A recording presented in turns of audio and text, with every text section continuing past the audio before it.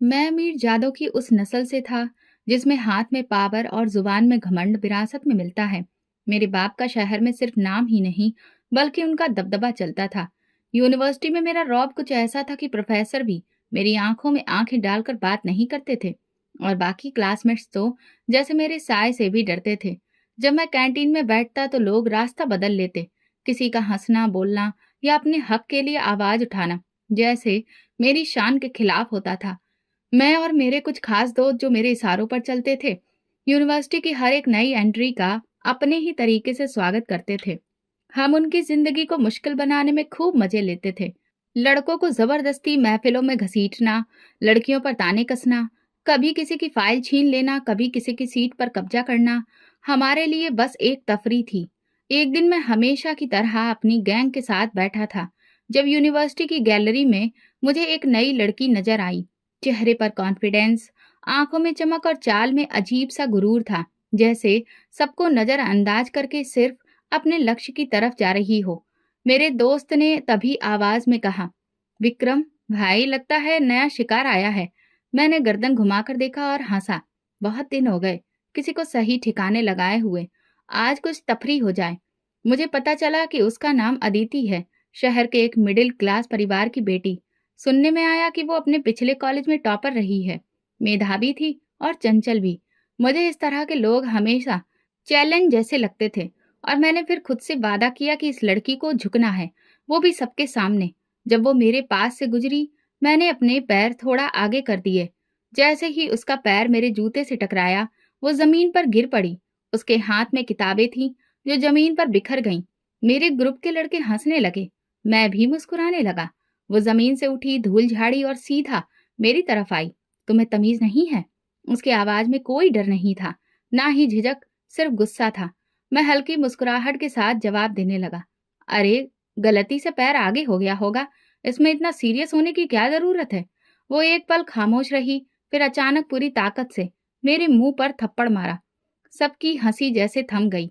मेरा चेहरा जलने लगा, लेकिन दिल में जो आग लगी वो उस थप्पड़ से कहीं ज्यादा खतरनाक थी। फिर उसने अपनी पानी की बोतल खोली और मेरे सिर पर उड़ेल दी। दिमाग में जो गर्मी भरी है, ये उसे शांत करने के लिए है। अब तुम्हें अच्छे से याद रहेगा कि लड़कियों को कमजोर समझने की सजा क्या होती है, उसने बुलंद आवाज में कहा। यूनिवर्सिटी के काफी सारे लोगों की भीड़ हमारे आसपास जमा हो गई थी। किसी की भी कुछ कहने की हिम्मत नहीं हुई। सब लोग देख रहे थे। मेरी आंखें अदिति पर जमी थीं, जिसके चेहरे पर सुकून था। वो चली गई, लेकिन अपनी जीत का ऐलान करके। मेरे दोस्त मुझे देख रहे थे, किसी को भी हंसी नहीं आ रही थी। मैं वहां पत्थर की तरह खड़ा रहा, मेरे अंदर जैसे कुछ टूट चुका था। मैं एक जिद्दी रही ज्यादा, मुझे कभी किसी ने इस तरह से बेइज्जत नहीं किया था, लेकिन ना जाने क्यों मुझे आज ऐसा लगा जैसे मैं हार गया हूं। उस लड़की ने मेरे घमंड को पैरों तले कुचल दिया, लेकिन मैंने उसी पल दिल में फैसला कर लिया था, ये लड़की मेरी बेइज्जती का कारण बनी है और मैं इसे माफ नहीं करूंगा। वो थप्पड़, पानी, उसका हर शब्द, सबका मैं हिसाब लूंगा। रात को जब मैं अपने कमरे में बैठा, सब कुछ बार बार आंखों के सामने घूम रहा था। अदिति का चेहरा, उसकी आंखें, उसका गुरूर। मुझे गुस्से से ज्यादा अब अजीब सा खिंचाव महसूस हो रहा था। मैं उसके बारे में सोचता जा रहा था और उसका बेखौफ होना मुझे बार बार याद आ रहा था। विक्रम, क्या हुआ? मेरे दोस्त ने पूछा। मैंने सिगरेट सुलगाकर कहा, ये किस्सा अभी खत्म नहीं हुआ है। ये लड़की समझती है कि वो मुझे हरा देगी। अब मैं उसे बताऊंगा कि विक्रम से पंगा लेने का अंजाम क्या होता है। मैं जानता था कि वो चुप बैठने वाली नहीं, यूनिवर्सिटी को इकट्ठा करेगी, मेरे खिलाफ आवाज उठाएगी। लेकिन यही सब तो मैं चाहता था। मैं उसकी हर हरकत को अब अपने गुरूर का हिस्सा बना चुका था। मुझे उस दिन पहली बार मजा आया जब किसी ने बराबरी में मुझे टक्कर दी, और शायद पहली बार किसी की आंखों ने मुझे आईना दिखाया था। पर मैं विक्रम हूँ और आईने को तोड़ने का हुनर मैं जानता हूँ। लेकिन मैं नहीं जानता था कि ये लड़की मेरे घमंड को नहीं, मेरी जिंदगी को बदलने आई है। यूनिवर्सिटी में अगले दिन जैसे एक खामोश तूफान आया था। सबके होठों पर एक ही बात थी, विक्रम को थप्पड़ पड़ा है। मैं जिस रास्ते से गुजरता लोग नजरें चुरा लेते, कुछ दबी दबी हंसी हंसते। मेरे लिए ये किसी दुश्मन की गोली से ज्यादा दर्दनाक था। मेरे ग्रुप के लड़के जो हर वक्त मेरी हाँ में हाँ मिलाते थे, अब मुझसे बात करने से भी बच रहे थे। उनकी आंखों में सवाल था। विक्रम भाई, अब क्या करेंगे? लेकिन मैं कुछ नहीं बोला। मेरे अंदर कुछ और ही चल रहा था, लेकिन मैंने चेहरे पर कुछ भी जाहिर नहीं होने दिया। मैंने अगले 2 दिन तक अदिति को नजरअंदाज किया। वो जिस क्लास में जाती, मैं पीछे नहीं जाता। मुझे भरोसा था कि वो खुद मेरे पास आएगी, माफी मांगने शर्मिंदा होकर। लेकिन वो तो अपने काम में व्यस्त रही। लाइब्रेरी जाती, दोस्तों से हंसी मजाक करती, सेमिनार में सवाल जवाब करती, जैसे कुछ हुआ ही ना हो। तीसरे दिन मैंने सोचा उसे इस बात का अंदाजा दिलाना पड़ेगा कि मैं यहाँ कौन हूँ। मैंने अपनी पावर दिखाने का फैसला किया। एडमिन ब्लॉक गया, अदिति की फाइल निकलवाई, उसके क्लासेस, असाइनमेंट्स, मार्क्स सब कुछ नोट किया। फिर उसके कोर्स के लेक्चर्स से भी मिला। सर, इस लड़की का व्यवहार बहुत बुरा है। ये बहुत बदतमीज है। क्लास में डिसिप्लिन भी नहीं रखती। अगर कहीं शिकायत दर्ज हो जाए। मैंने बात अधूरी छोड़ी। लेक्चरर ने उलझकर कहा, लेकिन वो तो क्लास की सबसे एक्टिव स्टूडेंट है। मैं मुस्कुराया। एक्टिव होना और बेइज्जती करना दो अलग बातें हैं सर। आप तो समझदार आदमी हैं। वो बात समझ गए। अगले हफ्ते अदिति को एक वार्निंग नोटिस मिल गया कि उसके क्लास में गैर जिम्मेदार व्यवहार की शिकायत आई है। वो नोटिस यूनिवर्सिटी के नोटिस बोर्ड पर चिपका हुआ था, ताकि हर कोई देख सके। मैं वहीं पास में खड़ा था। जब अदिति ने नोटिस पढ़ा, उसके माथे पर बल पड़े और आंखों में एक चमक आई, जैसे वो समझ गई हो कि ये मेरा काम है। लेकिन ना तो वो मेरे पास आई और ना ही कोई सफाई दी। जैसे मेरे हर बार से पहले ही उसने ढाल तैयार कर रखी हो। मेरे लिए ये और भी बर्दाश्त करना मुश्किल हो गया था। मैंने उसके ग्रुप के एक लड़के को अपने पास बुलाया, जो अदिति के काफी करीब था। यार सुनो, वो लड़की अपने आप को क्या समझती है? अगर मुझसे कोई दिक्कत है तो सामने आकर बात करे। क्या तुम इस बारे में उससे पूछ सकते हो? उसने कंधे उचकाए। सर, वो किसी से बात नहीं कर रही। पिछले 2 दिन से बिल्कुल खामोश है। उसकी बात सुनकर मैं गंभीरता से सोचने लगा। शायद ये मेरे वार का असर है। लेकिन अगले दिन जब मैं यूनिवर्सिटी आया तो अजीब सा सन्नाटा महसूस हुआ। अदिति नजर नहीं आई, ना लाइब्रेरी में, ना क्लासेस में, ना कैंटीन में। मैंने एक लड़की से पूछा, आज अदिति नहीं आई? उसने कहा, अरे आपको नहीं पता, उसने यूनिवर्सिटी छोड़ दी। मेरी सांसें रुकने लगीं। क्या? छोड़ दी? क्यों? पता नहीं। कह रही थी घर वालों को कुछ परेशानी है। मैं वहीं बैठ गया। ऐसा लगा जैसे मैदान खाली हो गया हो। जो जंग लड़नी थी, वो कॉम्पिटिटर ही गायब हो गया था। ये जीत नहीं थी, ये बेचैनी थी। मेरी जंग अधूरी रह गई थी। मैंने एडमिन से उसका एड्रेस निकलवाया, नंबर निकालने की कोशिश की, लेकिन नाकाम रहा। फिर मैंने उसके एक दोस्त को कॉल किया, जो कभी उसके साथ कॉफी पीती थी। तुम्हें कुछ पता है कि वो कहाँ गई? विक्रम, छोड़ दो। वो तुमसे बात नहीं करना चाहती। उसने खुद कहा था कि तुम जैसे लोगों से दूर रहना ही ठीक है। उसने मेरे बारे में ये कहा? मैंने दांत पीस लिए। हाँ, और ये भी कहा कि अगर कभी दोबारा यूनिवर्सिटी आई तो सिर्फ तुमसे बदला लेने आएगी। ये बात मेरे दिल में उतर गई। बदला? वो मुझसे बदला लेगी? मैं हंसा। तो फिर ठीक है, अब मैं उसका इंतजार नहीं करूंगा। मैं खुद उसे ढूंढूंगा। उस रात मैंने देर तक अपने कमरे की छत को घूरा और सोचा, ये लड़की अब सिर्फ मेरे गुरूर का सवाल नहीं रही थी, ये मेरी जिद बन चुकी थी। अगर वो समझती है कि वो बचकर निकल गई, तो वो मुझे नहीं जानती। विक्रम जो बात ठान लेता है, वो पूरी करके ही छोड़ता है। और मेरा इरादा अब पक्का हो चुका था। मैं उसे ढूंढ निकालूंगा, उसकी जिंदगी में वापस जाऊंगा और वही दर्द दूंगा जो उसने मेरे गुरूर को दिया था। कई दिन गुजर चुके थे, लेकिन अदिति का ख्याल मेरे मन से निकलने का नाम नहीं ले रहा था। ना वो मेरे सामने थी, ना मेरी पहुंच में, लेकिन उसकी गैर मौजूदगी मेरे आसपास महसूस होती थी। यूनिवर्सिटी की बिल्डिंग अब मेरे लिए सिर्फ एक जंग नहीं रही थी, ये अधूरी कहानी का हिस्सा बन चुकी थी। और मैं वो किरदार बन चुका था जो अपनी अगली लाइन भूल चुका हो। एक दिन मैंने फैसला किया कि इस बेचैनी को खत्म करने के लिए मुझे उसे ढूंढना होगा। मैं सबसे पहले उसकी क्लासमेट माही से बात करने गया। माही, मुझे अदिति का पता चाहिए। वो अचानक चली गई, उसकी कोई खबर नहीं। माही ने मुझे शक भरी नजरों से देखा। अब तुम्हें उसकी क्यों फिक्र हो रही है? तुमने ही तो उसकी जिंदगी में तूफान खड़ा किया था। मैंने संजीदगी से कहा, बस कुछ जानना है, एक बार मिलना है। कुछ पलों की खामोशी के बाद वो बोली, शहर के पुराने हिस्से में वो रहती है, गली नंबर 7। ये सुनकर मैं सीधा गाड़ी निकालकर उस एरिया में चला गया। वहां की तंग गलियां, छोटे छोटे मकान और एक साधारण सी जिंदगी मुझे आश्चर्य में डाल गई। मैं अब तक जो दुनिया देख चुका था वो उससे बिल्कुल अलग थी। मैंने दिए गए पते पर जाकर एक बूढ़ी औरत से पूछा, आंटी, ये अदिति का घर है? उसने कहा हाँ, लेकिन अब वो यहाँ नहीं रहती। उसके पापा ने उसे नानी के घर भेज दिया है, कुछ दिनों के लिए। क्यों? मैंने पूछा। बूढ़ी औरत ने कंधे झुका दिए। पता नहीं, कोई बात हुई थी यूनिवर्सिटी में। उसके बाद वो काफी परेशान हो गई थी। मैं वापस गाड़ी में बैठ गया, लेकिन मन में कई सवाल घूमने लगे। क्या वो सच में सिर्फ नानी के घर गई है, या घर वालों ने उसे कहीं और भेज दिया है? क्या वो अभी मुझसे नफरत करती है, या शायद कोई और बात है? अगले दिन मैंने अपने जानने वाले रिपोर्टर दोस्त से बात की। मुझे एक लड़की के बारे में जानकारी चाहिए। उसका नाम अदिति है, पिता का नाम मनोज तिवारी। फिर मैंने अदिति का एड्रेस उसे बताया। देखो तुम क्या कर सकते हो। 2 दिन बाद उसने मुझे एक पर्ची पर कुछ लिख कर दिया। ये उसका नया एड्रेस है। और एक बात और, उसकी शादी की बात चल रही है। मेरा हाथ वो पर्ची पकड़ते ही रुक गया। क्या मतलब? शादी की बात? हाँ, उसके पापा के बचपन के दोस्त के बेटे के साथ उसकी मंगनी हो चुकी है। अब शायद शादी होने वाली है। मैं चुप हो गया, जैसे अचानक दिल के अंदर कोई दरार पड़ गई हो। ये जिद थी, मोहब्बत, या सिर्फ हारने का डर? मैं खुद भी नहीं जानता था। बस ये जानता था कि वो किसी और की ना हो। मैंने फैसला किया कि एक बार फिर उसे मिलूंगा। उसके मोहल्ले में गया, दरवाजे पर दस्तक दी। दरवाजा खुला। सामने एक ठीक ठाक उम्र की औरत थी। नमस्ते, मुझे अदिति से मिलना है। मैं उसकी यूनिवर्सिटी का दोस्त हूँ। उस औरत ने शक भरी नजरों से देखा। वो भी बाहर गई है। क्या बात है बेटा?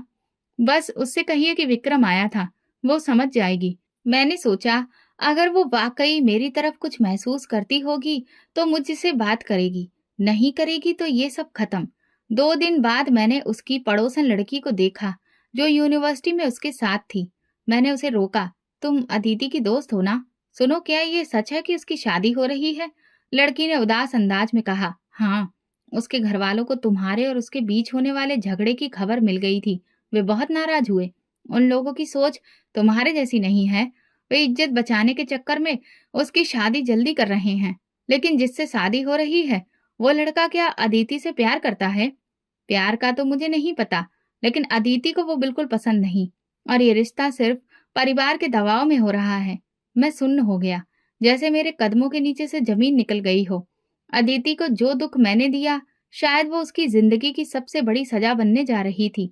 शादी की खबर सुनने के बाद मैं सुकून से नहीं बैठ सका।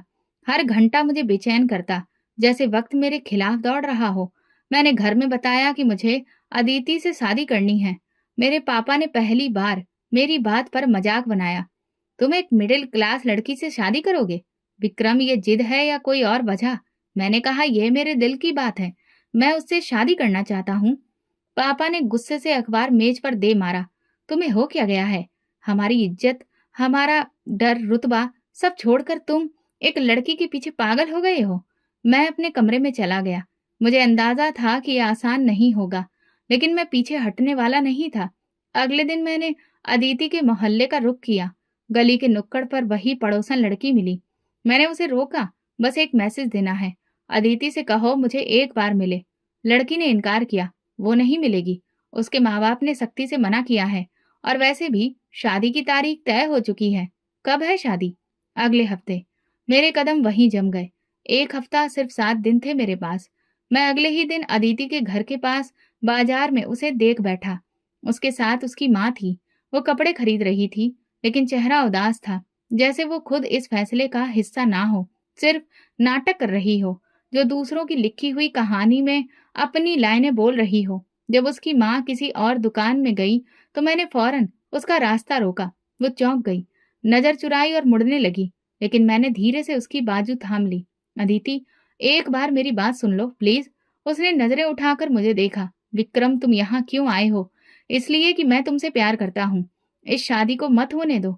मैं सच में बदल चुका हूँ। उसने तंज भरी मुस्कुराहट दी। तुम बदल गए हो? जब तुमने मुझे नीचा दिखाया था, तब ये ख्याल क्यों नहीं आया तुम्हें? मेरी इज्जत को तमाशा बनाने में तुम्हें खुशी मिली थी, और आज तुम मोहब्बत की बातें कर रहे हो। मैं जानता हूँ कि मुझसे गलती हुई, लेकिन मैं खुद को सजा दे चुका हूँ। तुम्हारे बिना जी नहीं पाऊंगा। वो चुप रही। सिर्फ एक बार बोली, विक्रम, मेरे लिए सब कुछ खत्म हो चुका है, तुम्हें ये बात समझनी चाहिए। वो चली गई। मैं काफी देर वहीं खड़ा रहा। उसी रात मैंने अदिति की सहेली के जरिए एक और संदेश भिजवाया। अगर तुमने शादी की तो मैं अपनी जान ले लूंगा। ये कोई धमकी नहीं, हकीकत है, क्योंकि मेरे पास अब तुम्हारे सिवा कुछ नहीं बचा। मैसेज गया लेकिन कोई जवाब नहीं आया। मैं इंतजार करता रहा। हर घंटा एक सदी के जैसा लग रहा था। फिर वो दिन आ गया जब उसकी शादी थी। मैंने फैसला कर लिया कि मैं वो कर गुजरूंगा जो मैंने कहा था। अगर वो मेरी नहीं हुई तो फिर इस जिंदगी का क्या फायदा। मैंने अलमारी से नींद की गोलियां निकाली, एक पानी की बोतल और दरवाजा बंद करके सब खाली कर दिया। जो मेरी बहन में जैसे ही कमरे में आई तो मैं फर्श पर बेहोश पड़ा था। अस्पताल ले जाया गया। मेरे मुंह से जो झाग आ रहा था उसे साफ किया गया। डॉक्टर ने कहा अगर आधा घंटा और देर हो जाती तो फिर बचना मुश्किल था। मेरे माँ बाप खामोश थे। माँ की आंखों में आंसू और पापा कुछ भी कहने के काबिल नहीं थे। अस्पताल के बिस्तर पर लेटे हुए मैं सिर्फ एक ही चेहरा देख रहा था, अदिति। शायद इस वक्त किसी ने उसे ये खबर दी। किसी ने कहा विक्रम ने तुम्हारे लिए जान देने की कोशिश की है। मैं नहीं जानता वो क्या सोच रही थी, लेकिन अगले दिन जब मैं अस्पताल के कमरे में आंखें खोल रहा था, मुझे मेरे दोस्त ने अदिति की शादी की फोटो दिखाई। वो लाल जोड़े में थी, खामोश झुकी नजर के साथ। किसी और की वो हो चुकी थी। मैंने नजरें फेर ली। कोई शोर नहीं था अंदर, सिर्फ खालीपन था। मैं हार गया था, शायद अदिति से, शायद खुद से। अस्पताल से वापसी के बाद मेरे आसपास का माहौल बदल चुका था। माँ बाप की नजरें मुझ पर और ज्यादा गहरी हो चुकी थी। मैंने भी खामोशी ओढ़ ली, ना दोस्तों से मेल जोल रखा और ना घर वालों से बहस की। दिन का ज्यादातर वक्त कमरे में गुजरने लगा, लेकिन अंदर कहीं एक उलझन थी जो चैन से बैठने नहीं देती थी। खुद को व्यस्त रखने के लिए मैंने अपने पापा का ऑफिस ज्वाइन करने का फैसला किया। उन्होंने देखा तो जैसे उन्हें यकीन नहीं हो रहा था। पक्का? तुम ऑफिस में जाओगे? वक्त बर्बाद नहीं करोगे? हाँ। मैं अब और अपना समय खराब नहीं करना चाहता। फिर वो चुप रहे, लेकिन उनकी आंखों में उम्मीद की चमक आ गई। शायद उन्हें लगा कि मैं जिंदगी की तरफ लौटने लगा हूँ, लेकिन सच्चाई इससे बिल्कुल अलग थी। ऑफिस का माहौल मेरे लिए नया था। रिपोर्ट्स, फाइल्स, मीटिंग्स, सब कुछ एक अलग दुनिया थी। मैं उन कामों में व्यस्त रहने की कोशिश करता, लेकिन ध्यान अक्सर कहीं और चला जाता। एक दिन ऑफिस में दोपहर का वक्त था। मैं लॉबी में खड़ा मोबाइल पर मैसेज देख रहा था जब एक कपल अंदर आया। उस आदमी ने नेवी ब्लू शर्ट पहन रखी थी और साथ वाली लड़की ने हल्की गुलाबी रंग की साड़ी। उन दोनों को देखकर मैं कुछ लम्हों के लिए पत्थर हो गया। वो अदिति थी, अपने पति के साथ। सामने वाले काउंटर पर वे किसी से बात कर रहे थे। उसका पति काफी खुशमिजाज लग रहा था। हाथ में फाइलें थी। वो बार बार अदिति से राय लेता, हंसता, कुछ लिखता, फिर आगे बढ़ता। अदिति खामोशी से साथ खड़ी थी, लेकिन उसकी मौजूदगी मेरे अंदर एक अजीब हलचल पैदा कर रही थी। मैंने खुद को संभाला और पीछे जाकर अपनी सीट पर बैठ गया। दिल चाह रहा था बाहर निकल जाऊं, लेकिन आंखें बार बार दरवाजे की तरफ उठती। कुछ ही देर बाद वे दोनों मेरे डेस्क के पास से गुजरे। उनकी नजरें मेरी तरफ नहीं उठी, लेकिन मैंने साफ देखा, अदिति ने मुझे पहचान लिया था। एक कलीग ने आकर बताया, सर, जो लोग आए थे वो आपकी नई समिति के पार्टनर हैं। उनकी वाइफ का नाम अदिति है। शायद आप जानते हो। हाँ, जानता हूँ। बस इतना कहकर मैं चुप हो गया। उसी रात मैं देर तक ऑफिस में बैठा रहा। सब जा चुके थे, सिर्फ मैं था और मेरा अकेलापन। अगले दिन मैंने उस प्रोजेक्ट की सारी फाइलें मंगवाई जिसमें वो इंसान शामिल था। उसका नाम अमर था। उसके बारे में पढ़ा, उसका बिजनेस प्रोफाइल निकलवाया। पता चला कि वो मिडिल क्लास फैमिली से तरक्की करके एक कामयाब बिजनेसमैन बन चुका है। इज्जतदार, ईमानदार और खानदानी लोग उसकी तारीफ करते थे। दिल में कुछ और उलझन होने लगी। मैंने एक कलीग से पूछा, अमर अपनी वाइफ को साथ क्यों लाया था कल? कह रहा था कि वाइफ की एडवाइस बहुत जरूरी होती है। वो अपना हर फैसला अपनी पत्नी से सलाह लेकर करता है। ये सुनते ही मुझे जैसे किसी ने आईना दिखा दिया हो। मैं जिसे कमजोर और आम समझता था, वो आज किसी के फैसलों में शामिल थी, इज्जत के साथ, मोहब्बत के साथ, और मैं सिर्फ एक अतीत था। मैंने अगले हफ्ते में अमर से एक मीटिंग रखी।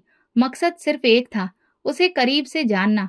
मीटिंग में वो खुलकर बात करता रहा, अपने प्रोजेक्ट्स और एम्बिशंस के बारे में बताता रहा। मैं सुनता रहा, सिर हिलाता रहा, लेकिन अंदर ही अंदर किसी और जंग में उलझा हुआ था। जब वो जाने लगा तो मैंने कहा, अमर साहब, आपकी पत्नी बड़ी खुशनसीब है जो आप जैसे पति उन्हें मिले हैं। वो मुस्कुराया। नहीं, लकी तो मैं हूं जो अदिति जैसी समझदार और वफादार पत्नी मिली है। ये सुनकर मेरा दिल और डूब गया।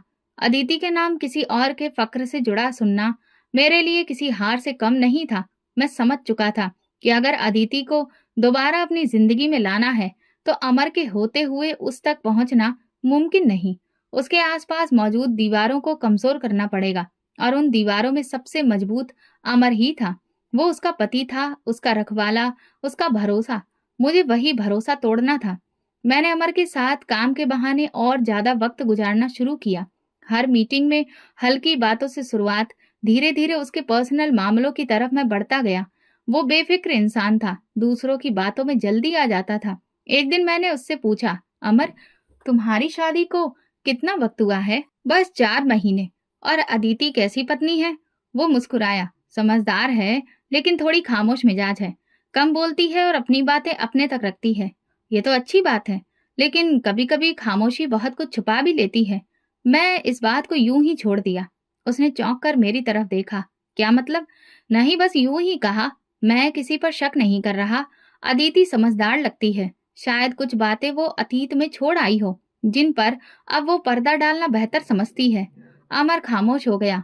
मैंने बात बदल दी, लेकिन शक का बीज बो चुका था। अगले दिन मैं ऑफिस की कैंटीन में अमर को अकेले बैठा देखा। उसके पास जाकर बैठ गया। वो उलझा हुआ लग रहा था। सब ठीक है? हाँ, बस थोड़ा सा टेंशन है। कभी कभी लगता है कि अदिति दिल से मेरे साथ नहीं है। शायद वो किसी और को नहीं भूल पाई है। मैंने नरमी से कहा, जैसे सिर्फ हमदर्दी का इजहार कर रहा हूँ। क्या तुम कुछ जानते हो विक्रम? अरे नहीं यार, बस अंदाजा है। यूनिवर्सिटी में कुछ सुना था, लेकिन तुम्हें बताना ठीक नहीं समझा। अब बताओ। वो जिद पर आ गया। यूनिवर्सिटी में उसका किसी के साथ झगड़ा हुआ था। वो लड़का उसके पीछे दीवाना हो गया था। सुना है उसने खुद की जान लेने की भी कोशिश की थी। बहुत सी बातें थी, लेकिन मुझे लगा शादी के बाद सब खत्म हो गया होगा। अमर की आंखों में उलझन दिखने लगी। वो लड़का कौन था? मैं हंसा। अरे यार, रहने दो। वो बातें पुरानी थी, और मैं ही चाहता था कि तुम दोनों के बीच कुछ हो। यही वो बात थी जिसने उसके दिल में शक का कांटा गाड़ दिया। अगले कुछ दिनों में मैंने और भी कुछ बातों को छेड़ना शुरू किया। अदिति आजकल कुछ उलझी उलझी लगती है। तुमने महसूस नहीं किया? या फिर याद है, तुमने कहा था वो मोबाइल बहुत कम इस्तेमाल करती है। मैं जानता था कि अमर बहुत जल्दी भरोसा करने वाला इंसान है, लेकिन वही लोग जब धोखा महसूस करते हैं तो सबसे ज्यादा टूटते हैं। कुछ दिन बाद अमर ने ऑफिस में मुझसे पूछा, विक्रम, तुम्हारे पास अदिति की यूनिवर्सिटी की कोई तस्वीर या खबर है? मैं जानना चाहता हूँ, वाकई में कुछ था या नहीं। मैंने उस लम्हे का बहुत इंतजार किया था। मैंने अपनी पुरानी फाइल में से एक ग्रुप फोटो निकाली, जिसमें अदिति और मैं एक ही लाइन में खड़े थे। तस्वीर तो साधारण थी, लेकिन वक्त और माहौल ने उसे खास बना दिया था। बस एक यादगार है, बाकी तुम खुद अंदाजा लगा लो। उसी शाम मुझे पता चला कि अमर और अदिति के बीच पहली बार तीखी बहस का झगड़ा हुआ। अमर ने सवाल किया और अदिति ने सफाई दी, मगर शक के एक बार जन्म लेने के बाद हर सच और हर बात झूठ लगने लगती है। अगले दिन अमर ऑफिस आया तो खामोश था। मैंने कुछ नहीं पूछा, उसे खुद ही कहना था, विक्रम, तुम ठीक थे। शायद मैंने बहुत जल्दी भरोसा कर लिया। अदिति मुझसे कुछ छुपा रही है। मुझे अफसोस है कि तुम्हें ये सब सुनना पड़ा, लेकिन सच्चाई जानना जरूरी था। इस हफ्ते मैं अदिति को पहली बार अकेले देखा, एक पार्किंग लॉट में। वो गाड़ी में बैठी थी, आंखें नम थी। शायद अमर ने उसे दोबारा कुछ कहा होगा, या फिर शक ने उसकी जिंदगी में जहर घोल दिया। मैंने दूर से देखा और दिल में सोचा, ये तो सिर्फ शुरुआत है। अब वो टूटेगी, और जब वो पूरी तरह से बिखर जाएगी, तब मैं सामने आऊंगा, जैसे एक मसीहा आता है। ऑफिस में काम के दौरान एक दिन अमर मेरे कैबिन में आया। थका हुआ चेहरा, आंखों में बेयकीनी, हाथ में फाइल थी, लेकिन वो मेज पर रखने की बजाय मेरे सामने खड़ा रहा। विक्रम, क्या तुम वाकई में समझते हो कि कुछ लोग शादी के काबिल नहीं होते? मैंने आंख उठाकर उसे देखा। ये बात तो इस पर डिपेंड करती है कि शादी मोहब्बत पर हुई थी या सिर्फ मजबूरी पर। अमर कुर्सी पर बैठ गया। वो चुप रहा, फिर बोला, मैंने उसे तलाक दे दिया है। मेरे दिल में जैसे एक लहर सी दौड़ गई। मैं बड़ी मुश्किल से अपनी मुस्कुराहट को रोक पाया, और फिर बड़े ही संजीदगी लाते हुए लहजे में बोला, मुझे लगता है तुमने सोच समझकर फैसला किया होगा। हाँ, बहुत सोचा। तुम्हारे बताए कुछ इशारे और अपनी शर्तों, उन सब ने हमें एक ऐसी हद तक पहुंचा दिया जहां वापसी मुमकिन नहीं रही। अदिति के व्यवहार में हमेशा एक दूरी थी। वो मेरे साथ थी लेकिन दिल कहीं और था। मैं तुम्हारे साथ हूं अमर, अगर कभी किसी मदद की जरूरत हो तो। नहीं, अब किसी चीज की जरूरत नहीं। मैंने फैसला कर लिया है। अमर उठकर चला गया और मेरे मन में सिर्फ एक आवाज गूंजी, अदिति अब आजाद है। मैं जानता था अब वक्त बर्बाद नहीं करना चाहिए। वो पल आ चुका था जिसका मैं महीनों से इंतजार कर रहा था। एक बार फिर मैंने पापा के सामने बात छेड़ी, पापा, मुझे अदिति से शादी करनी है। इस बार वो तलाकशुदा है, लेकिन मैं उसे अपना नाम देना चाहता हूँ। पापा ने मेज पर जोर से हाथ मारा। तुम्हें हो क्या गया है विक्रम? पहले भी रोका था और अब तो वो तलाकशुदा है। क्या दुनिया में लड़कियां खत्म हो गई हैं? दुनिया जो भी कहे, मुझे कोई परवाह नहीं। आप सिर्फ इतना समझिए कि ये मेरी जिंदगी का सवाल है। माँ भी कमरे में आ गई। विक्रम बेटा, लोग क्या कहेंगे? हमारी हैसियत, इज्जत। अगर आपको मेरी जिंदगी की फिक्र है तो बस एक बार मेरा साथ दे दीजिए। मैं किसी से नजर नहीं चुराऊंगा। खुलेआम सबके सामने शादी करना चाहता हूँ। उन दोनों की खामोशी अब मेरे हक में आ चुकी थी। आखिरकार जब मैंने 3 दिन तक खाना छोड़ रखा और उनके सामने बोलना बंद कर दिया तो पापा ने एक शाम कहा, ठीक है, रिश्ता लेकर चलते हैं, लेकिन याद रखना, अब की बार अगर कोई गलती हुई तो हम तुम्हें कभी माफ नहीं करेंगे। मैंने इस बात पर सिर हिलाया। मुझे किसी माफी की जरूरत नहीं थी क्योंकि ये सब मेरे प्लान का ही हिस्सा था। 2 दिन बाद हम अदिति के घर गए। दरवाजा उसकी माँ ने खोला। पापा ने कुछ औपचारिक बातें की और फिर कहा, हम रिश्ता लेकर आए हैं। हमारे बेटे को आपकी बेटी से शादी करनी है। उसके पापा कुछ देर चुप रहे, फिर बोले, हमें हैरत है, पहले भी यही लड़का था जिसकी वजह से हमारी बेटी बदनाम हुई और अब वही शादी भी करना चाहता है। पापा ने तुरंत जवाब दिया, इस बार हम खुद आए हैं और आपको इज्जत से बेटी का हक देना चाहते हैं। उनके चेहरे पर नरमी आ गई। अदिति खुद क्या चाहती है? कमरे के कोने में बैठी अदिति चुपचाप सब कुछ सुन रही थी। उसे बुलाया गया। वो सामने आई, सिर झुकाए हुए, धीरे से बोली, अगर पापा तैयार हैं तो मुझे कोई ऐतराज नहीं है। ये शब्द मेरी जीत का डंका बजा रहे थे। मैं जानता था उसकी हाँ में सच्चाई नहीं थी, शायद थकान थी, लेकिन मुझे उसकी थकान से कोई मतलब नहीं था। मुझे तो बस शादी करनी थी। वापसी पर पापा खामोश गाड़ी में बैठे हुए थे। फिर बोले, विक्रम, हमने तुम्हारी जिद मान ली। अब ये रिश्ता इज्जत से निभाने की कोशिश करना। उस रात मैंने अदिति को मैसेज किया, शादी से पहले का पहला मैसेज, तुम्हारे बगैर जीना मुश्किल लगता है। तुम्हारी खामोशी ने मुझे जिता दिया। बस थोड़ा और सब्र, तुम अब मेरी होने वाली हो। उसने जवाब नहीं दिया, लेकिन मुझे उसकी खामोशी का मतलब पता था। हमारी मंगनी बहुत सादगी से हुई, ना कोई शोर, ना कोई रस्मों की भरमार। दोनों घरों में खामोशी का समा था, जैसे सब जानते हों कि ये रिश्ता खुशी से नहीं, हालात से जुड़ा है। लेकिन मेरे लिए ये खामोशी सबसे बड़ी कामयाबी थी। मैंने वो मुकाम पा लिया था जहां से अपनी अगली चाल बहुत आसानी से चली जा सकती थी। मंगनी के अगले दिन ही मैंने अदिति को मैसेज किया, कभी सोचा भी नहीं था कि तुम मेरी जिंदगी में इस तरह वापस आओगी। अब की बार सब कुछ ठीक होगा। जवाब 2 दिन बाद आया, बस प्रार्थना है कि जो कुछ हुआ उससे आगे बेहतर हो। अब मैं अपने आप को बहुत सच्चा और नरम दिल दिखाने लगा। हर रोज सुबह टाइम से मैसेज, शाम को हालचाल, किताबों की तस्वीरें, फिल्मों की बातें। मैंने हर तरीका अपनाया जो किसी मोहब्बत करने वाले मर्द का हो सकता है। एक दिन मैंने पूछा, तुम्हें मेरी बातों से उलझन तो नहीं होती?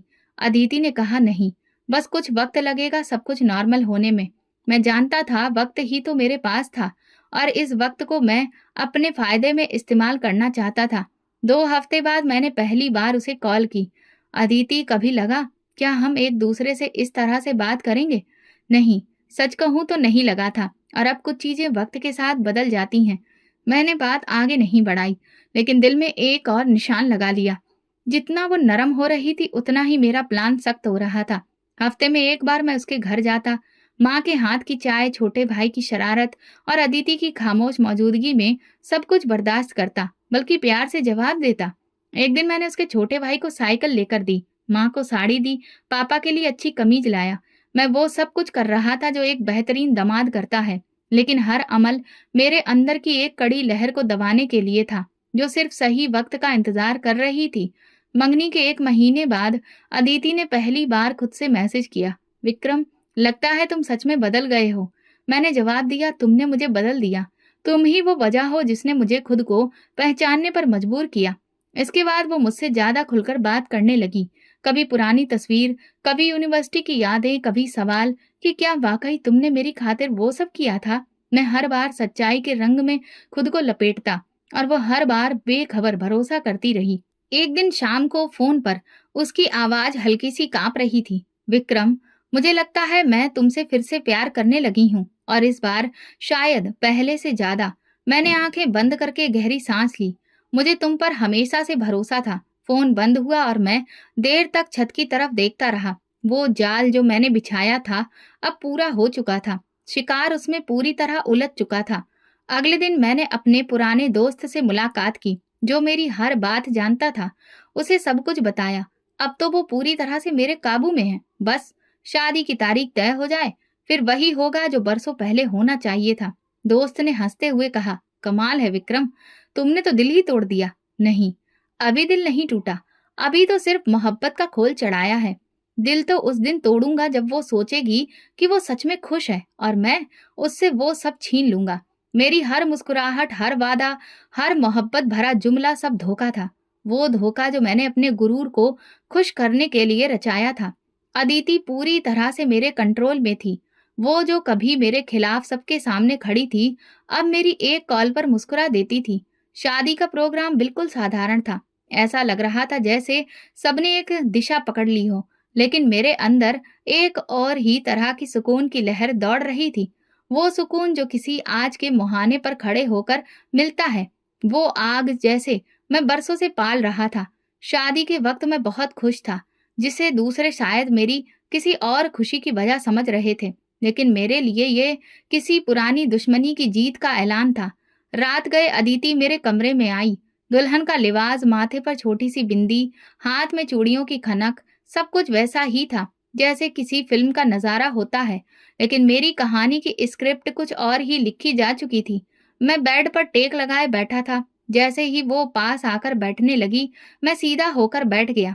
तुम्हें लग रहा होगा कि तुमने सही फैसला किया है, मैंने उसकी तरफ देखे बिना कहा। वो चौंकी, लेकिन फिर खुद को संभाल कर बोली, मैंने सिर्फ वक्त के फैसले को अपना लिया है। वक्त नहीं, तुमने मेरी मर्जी को ठुकराया है, और आज मैं तुम्हें वो तोहफा देने वाला हूँ जो शायद किसी पति ने अपनी पत्नी को ना दिया हो। उसके चेहरे पर सवाल था। क्या मतलब? मैं हंसते हुए बोला, मुंह दिखाई का तोहफा जो तुम्हें सुबह मिलेगा और तुम हैरान रह जाओगी। वो कुछ कहने लगी, लेकिन मैंने जेब से एक नेकलेस निकाला और उसके गले में डालने की कोशिश की, फिर एक झटके से खींच लिया। वो लड़खड़ा गई, आंखों में दर्द के आंसू भर आए। ये कैसा मजाक है? उसने रोते हुए पूछा। ये मजाक नहीं, ये तो शुरुआत है। तुम्हें याद है, तुमने सबके सामने मुझे बेइज्जत किया था। आज उसी बेइज्जती का पहला अंजाम तुम्हें मिला है। वो पीछे हटने लगी, लेकिन मैंने उसका हाथ मजबूती से पकड़ लिया। यहाँ से बाहर जाने के बारे में सोचना भी मत। शादी करके लाया हूँ, तुम पर पूरा हक है मेरा। विक्रम, तुम होश में तो हो? उसकी आवाज कांप रही थी। होश? उसी दिन था जब तुमने सबके सामने मुझे थप्पड़ मारा था। अब मेरा वक्त है। तुमने मेरे गुरूर को तोड़ा था, अब तुम्हें टूटना पड़ेगा। वो कोशिश करती रही खुद को छुड़वाने की, लेकिन मैंने कमरे का दरवाजा बंद कर दिया। उसकी सिसकियां दीवारों से टकरा रही थी, लेकिन मेरी सोचने समझने की क्षमता खत्म हो चुकी थी। मुझे जाने दो विक्रम, प्लीज। मैं तुमसे माफी भी मांग चुकी हूँ। क्या तुम्हें अब भी सुकून नहीं मिला? अभी कहाँ मिला है? अभी तो रात शुरू हुई है। तुम्हें वो सब कुछ महसूस करना है जो मैंने सहा, बल्कि उससे भी ज्यादा। रात का हर लम्हा उसके लिए एक कैद खाना बन गया। मैंने उसे मानसिक रूप से ही नहीं, हर तरह से तोड़ देने की पूरी कोशिश की। सुबह जब वो नींद में टूटी हुई बिस्तर के कोने में बैठी थी, मैंने साइड टेबल से एक फाइल निकाली। ये है तुम्हारा मुंह दिखाई का तोहफा। उसने कांपते हाथों से फाइल खोली। तलाक के कागज। तुम ये क्या कर रहे हो विक्रम? क्योंकि तुम सिर्फ मेरे अहंकार का शिकार थी। मुझे तुमसे कभी प्यार नहीं था। ये सब एक प्लान था, और तुम उस प्लान का हिस्सा। वो कुछ कहने के काबिल ही नहीं रही। उसकी आंखों से लगातार आंसू बहते रहे, और चेहरे पर ऐसा सदमा था जो कि शब्दों से बयान ही नहीं हो सकता था। याद है, तुम खुद को बहुत समझदार समझती थी, टॉपर, बागी। आज देख लो, तुम भी एक मोहरा बनकर रह गई हो। और हाँ, ये पैसे ले लो, तुम्हारी कल रात की कीमत। मैंने कुछ नोट उसके सामने फेंके। उसने नोटों को नहीं देखा, बस मुझे घूरती रही। तुमने जो किया उसका अंजाम तुम्हें खुद भुगतना होगा। मैं हंस पड़ा। हो सकता है, लेकिन आज की रात मेरी थी और तुम एक कैदी, यही काफी है। वो खामोशी से उठी, नेकलेस जो उसकी गर्दन में लटका था उसे खोला और मेज पर रखा, फिर दरवाजा खोलकर बाहर चली गई। मैंने एक लंबी सांस ली और खुद से कहा, ये तो सिर्फ शुरुआत है। सुबह जब मेरे माँ बाप ने दरवाजा खोला तो अदिति जा चुकी थी। ना कोई सामान, ना कोई बात, सिर्फ वो पैसे मेज पर रखे थे जो मैंने कल रात फेंके थे, और साथ में वो नेकलेस जो शादी की रात जबरदस्ती पहनाया था। मेरी माँ ने वो चीजें उठाई और चौंक गई। ये क्या है? अदिति कहाँ गई? मैंने धीरे से कहा। चली गई, उसे तलाक दे दिया है। पापा कुर्सी से उठ गए। तुम होश में तो हो विक्रम? बिल्कुल। शादी हुई और एक दिन बाद खत्म, यही सब कुछ काफी था। इस बात का बदला लिया तुमने? वो तो पहले ही टूटी हुई थी, तुम्हें और क्या चाहिए था? माँ की आंखों में भी यकीन नहीं था। मुझे वो चाहिए था जो बरसों पहले उसने मुझसे छीन लिया था, इज्जत, गुरूर। पापा ने सख्त लहजे में कहा, विक्रम, ये इज्जत ऐसे वापस नहीं आती। तुमने खुद को बर्बाद कर लिया है। मैंने कोई जवाब नहीं दिया। दिल में सिर्फ एक बात थी, मेरा काम पूरा हो गया। दोपहर तक बात मोहल्ले में फैल चुकी थी। शादी के अगले दिन ही तलाक। लोग हैरान थे, बातें कर रहे थे, मगर मैं कमरे में खामोश बैठा था। अदिति के घर पर भी माहौल बदल चुका था। उसके माँ बाप ने जब उसे दरवाजे पर देखा तो पहले तो कुछ समझ नहीं पाए, लेकिन उसकी खामोशी, खाली हाथ और आंखों में उदासी सब कुछ बयां कर गए। क्या हुआ? माँ ने पूछा। उसने हाथ में पकड़े कागज उनके सामने रखे और सिर्फ इतना कहा, तलाक हो गया है। उसके पापा ने कागज देखे और कुर्सी पर बैठ गए। ना वो ठीक से बोले, ना कुछ कहा। माँ के आंसू बहने लगे, लेकिन अदिति चुप रही, जैसे सब कुछ पहले से जानती हो। अगले दिन एक पुराना जानने वाला मेरे ऑफिस आया। चेहरे से वो अदिति के मोहल्ले का लग रहा था। विक्रम, सब लोग कह रहे हैं कि आपने बहुत गलत किया। वो लड़की तो पहले ही सब कुछ हार चुकी थी, अब आपने उसे और बेइज्जत कर दिया। ये मेरा पर्सनल मैटर है, किसी को भी हक नहीं है कि इसमें बोले। आप ठीक कह रहे हैं, लेकिन कभी कभी पर्सनल फैसले दूसरों के लिए भी बात करने का मुद्दा बन जाते हैं। वो उठा और चला गया, लेकिन उसकी बात मेरे मन में रह गई। शाम को मैं ऑफिस से वापसी पर सड़क किनारे एक छोटे से होटल के सामने गाड़ी रोकी। वहां बैठे कुछ लड़के हंसी मजाक में अदिति की ही बातें कर रहे थे। सुना है विक्रम ने एक दिन बाद ही तलाक दे दिया बेचारी को। बेचारी कुछ नहीं, बस शादी कर लेने का सामान बन गई है। मैंने उनकी बातें सुनी और चुपचाप वहां से वापस आ गया। लोगों की जुबान पर जो बात मैं चाहता था वो आ चुकी थी, लेकिन अब उन बातों में खुशी महसूस नहीं हो रही थी। रात को मेज पर रखा नेकलेस नजर आया, वही नेकलेस जिससे मैंने अदिति को नीचा दिखाने की कोशिश की थी। मैंने उसे हाथ में लिया और कुछ लम्हे देखा, फिर अलमारी में रख दिया। अगली सुबह एक लेटर मेरे नाम आया। कोई नाम नहीं, कोई दस्तखत नहीं, सिर्फ एक सादा सा लिफाफा। मैं गई नहीं, तुमने खुद को खो दिया। तुम्हें लगा कि तुमने सब जीत लिया है, मगर तुम्हारे दिल में अब भी वही खालीपन है जिसे तुमने मुझ पर थोपने की कोशिश की। तुम जीते नहीं हो, सिर्फ अकेले रह गए हो। मैंने कागज फाड़कर फेंक दिया, लेकिन वो बातें मेरे दिमाग से चिपक गईं। 2 दिन बाद मेरे पापा ने मुझसे कहा, तुम्हें अब खुद सोचना है। तुमने जिस बुनियाद पर यह रिश्ता बनाया, सोचो उसका अंजाम क्या होगा। मैंने कहा, पापा, वो खत्म हो चुका है। उसकी कहानी मेरे लिए बंद हो गई है, लेकिन दिल गवाही नहीं दे रहा था। मैं जीत गया था, लेकिन इस जीत में जश्न का कोई पल नहीं था। अदिति खामोशी से चली गई। उसकी आंखों ने जो नहीं कहा वो सब कुछ कह चुकी थी। कुछ महीने गुजर गए, अदिति की वापसी नहीं हुई, लेकिन उसकी खामोशी ने मेरे आसपास एक अजीब सी उदासी छोड़ दी थी। एक दिन ऑफिस के प्रोजेक्ट के सिलसिले में मुझे लंदन जाना पड़ा। वहां जाकर काफी अलग महसूस हो रहा था। एक कॉन्फ्रेंस के बाद एक पार्टी में शामिल हुआ, जहां मेरी मुलाकात प्रीति से हुई। प्रीति, खूबसूरत चेहरा, आत्मविश्वास और बड़ी आसानी से बात करने वाली लड़की। वो एक इंटरनेशनल मार्केटिंग फर्म में काम करती थी। पहली बातचीत में वो जान गई कि मैं कौन हूँ, कहाँ से आया हूँ और क्या हैसियत रखता हूँ। अगले कुछ दिनों में हम बार बार मिलने लगे। मैंने उसे अपनी पहली शादी के बारे में बताया, लेकिन अपनी सच्चाई को छुपाकर। मैं चाहता था कि सब पीछे छोड़ दूं, एक नई जिंदगी शुरू करूं, जहां कोई पुराना जख्म ना हो। एक शाम मैंने कहा तो प्रीति ने मुस्कुराकर कहा, तो फिर देर किस बात की? मैंने लंदन में ही उससे शादी कर ली और कुछ हफ्तों के बाद उसे लेकर वापस इंडिया आ गया। मेरे माँ बाप को जैसे ही ये खबर मिली, उनकी नाराजगी बढ़ गई। एक बार फिर से अपनी मर्जी से, बिना हमसे बात किए, माँ ने गुस्से से कहा, ये मेरा फैसला है, प्रीति मेरी जिंदगी है। पापा ने कुछ भी नहीं कहा, वो चुपचाप कमरे से निकल गए। शुरुआती दिन ठीक से गुजरे। प्रीति हर चीज में इंटरेस्ट लेती थी, बिजनेस के फैसलों में, जमीनों के दस्तावेजों में, बैंक बैलेंस चेक करने में। मुझे लगा शायद वो सिर्फ एक अच्छी पत्नी है जो मेरे काम में हाथ बटाना चाहती है, लेकिन धीरे धीरे वो सारे फैसले खुद लेने लगी। एक दिन मैंने उसे एक प्रॉपर्टी के कागजात चेक करते हुए पाया। ये क्या कर रही हो? बस देख रही हूँ। क्यों? क्या देख रही हो? यही कि तुम्हारे हिस्से में कितने प्लॉट हैं। क्यों? अरे बस जानना चाहती थी। अगर कभी कुछ हो जाए तो मुझे सब पता होना चाहिए ना। पहले तो ये बात मुझे मामूली लगी, लेकिन शक का बीज दिल में लग चुका था। कुछ दिन बाद मैंने महसूस किया कि मेरे साइन किए बिना कुछ कागजों पर कार्रवाई हो रही है। मैंने अपने वकील को बुलाया और जांच करवाई। तब पता चला कि प्रीति ने मुझसे चालाकी से कई कागजों पर साइन करवा लिए थे, जिनके जरिए उसने मेरे नाम की कई प्रॉपर्टीज अपने नाम पर करवा ली थी। मैं हैरान रह गया। एक दिन जब मैंने उसे सामने बिठाकर पूछा तो वो बिल्कुल भी नहीं घबराई। विक्रम, तुम वही आदमी हो जिसने एक औरत को सिर्फ तमाशा बनाकर छोड़ा था। तुम्हें क्या लगा कि मुझे कुछ पता नहीं चलेगा? तुम्हें लगता है औरतें सिर्फ सहने के लिए होती हैं? ये बदला है। तुमने मुझसे सिर्फ शादी अपने पैसों के लिए की। नहीं विक्रम, मैं तुमसे शादी तुम जैसे आदमी को उसके अंजाम तक पहुंचाने के लिए की थी। तुमने एक मासूम लड़की को बर्बाद किया। अब वक्त है तुम बर्बाद हो जाओ। वो उठकर कमरे से चली गई। मैं वहीं बैठा रहा, जैसे किसी ने कुर्सी खींच ली और मैं जमीन पर आ गिरा।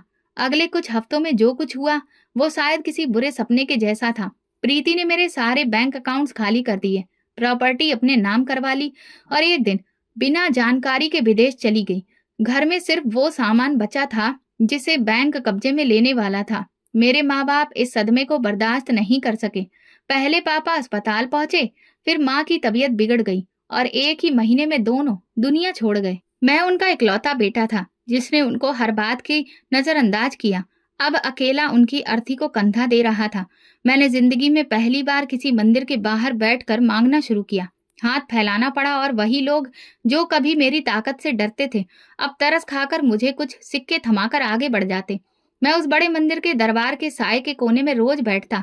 मेरे सामने एक प्लास्टिक की खाली बोतल होती जिसमें लोग सिक्के या कभी कभार कोई नोट डाल देते। कभी 2 रोटी, कभी चावल की प्लेट। अब यही मेरी जिंदगी थी। कभी कभी लोग पहचान भी लेते थे।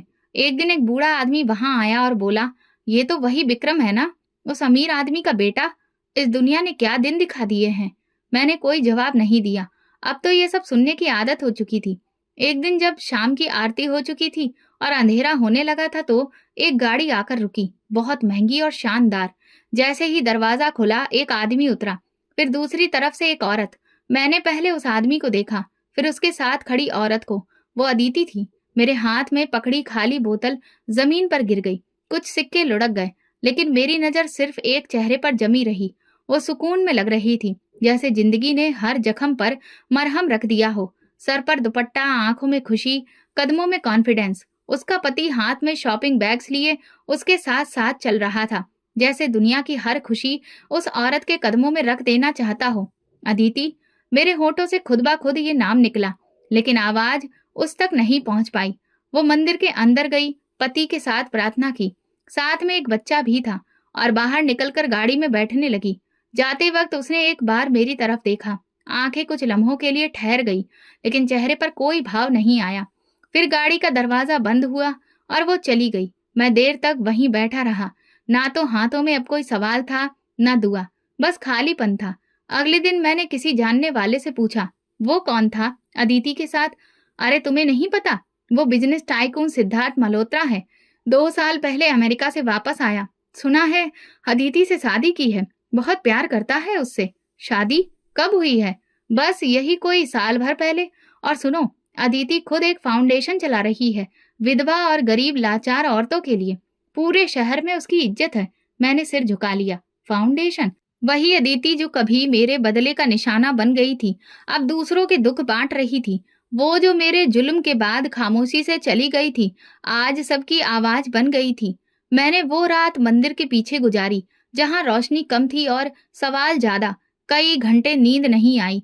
एक हफ्ता गुजर गया। मैं मंदिर के बाहर बैठा, लोगों की प्रार्थनाएं और उनकी सिसकियां सुनता रहा, लेकिन खुद के लिए कोई भी दुआ नहीं की। फिर एक दिन वही गाड़ी फिर से आई। इस बार अदिति गाड़ी से उतरी। हाथ में कुछ लिफाफे थे, शायद दान देने के पैकेट।